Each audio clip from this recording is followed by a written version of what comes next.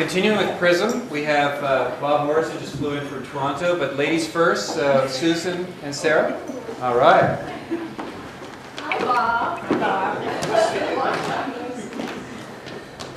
Well, let's see. Gosh, I think I worked with Mike from about, I want to say 1988. No. Does that sound right? No, Before.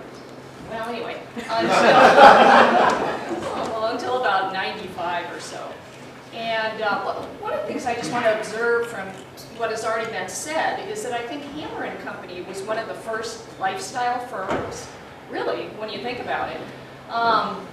Many of us didn't want to travel. Some of us were thinking about contemplating becoming parents and thinking about, you know, this would be a better thing to do, not to have to travel a whole lot, not as much as consulting anyway.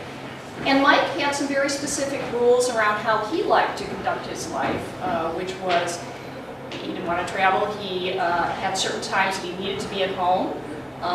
He wanted to be able to observe some religious sorts of you know, things that a typical corporate job wouldn't let him do. So the fact that some of his employees wanted to kind of have some lifestyle considerations was okay with him, which was really nice.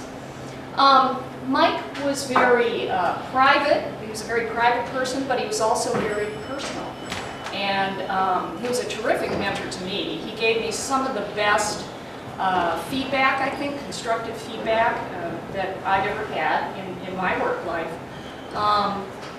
He also told us just a little bit about his family. Not a lot, but just a little bit. I remember one day entering his office, and he was fretting about, I think it was his youngest son who played Game Boy too much. And he wasn't sure quite what he was going to do to get his attention away from this Game Boy. And then he talked about one of his daughters who was now allowing him to drive her to various social engagements, but with strict rules. He couldn't talk, and he had to wear what she approved of. Which any of us who have children kind of can identify with that. And when Phyllis was having some problems in terms of some migraine headaches, very bad, he would tell us a little bit about some of the procedures that she was undergoing, some of the things that they were doing, most of which wasn't working, and he felt, you know, really badly about it at that time. So we heard a little bit about that. So my remembrances tend to be very personal. Learned a lot in terms, you know, the one thing in terms of presentations, which we did ad nauseum in prison. One thing that I learned from him, which is, you know, kept me in good stead, is, you know, people can only remember like one or two things. So even if you're speaking for like 8 hours, just tell them one thing and tell them that one thing over and over and over and over again. So I found that that works really well. Thank you. I got to Prism shortly after I came to Index because Sarah went on maternity leave, and I had just met her, and I asked her what her work was and what they were going to do about her absence while she was on maternity leave, and she said, "Oh, are you interested?" And I got the opportunity to speak with Bob, but then the really scary moment was when I had to go and speak with Mike. Those of you who know me know that my background is not in academia, and I don't have an advanced degree. And here I was going to speak to this brilliant man. And we had a wonderful conversation. But then he asked me about my background, and I told him about my background, my work background. And then he asked me where I went to school, and I said, I went to Hunter College in New York City. For those of you who don't know, that's a public college in New York City. And at the end of our conversation, he said, okay, you're in. You know, if you had said Brooklyn College or Queens College, you wouldn't have been in. And I looked at him and I said, why is that? Because then I would have known you went to college to find a husband. Hunter College.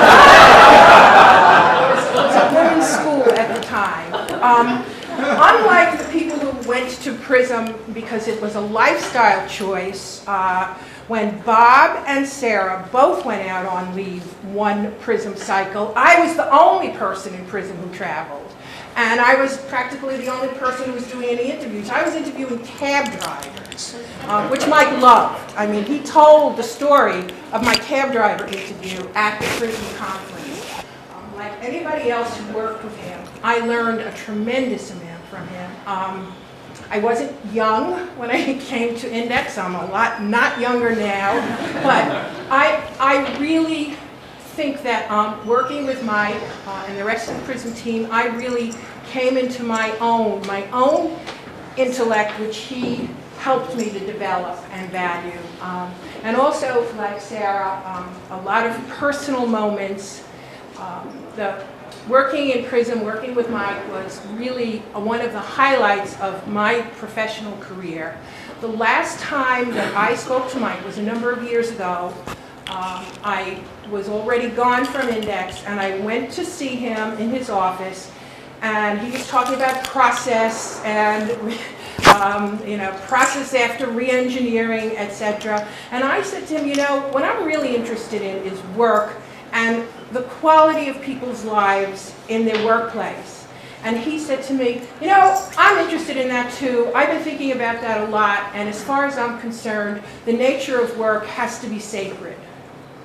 And that was really the last conversation I had with Mike. I have never forgotten that, and I take it with me wherever I go.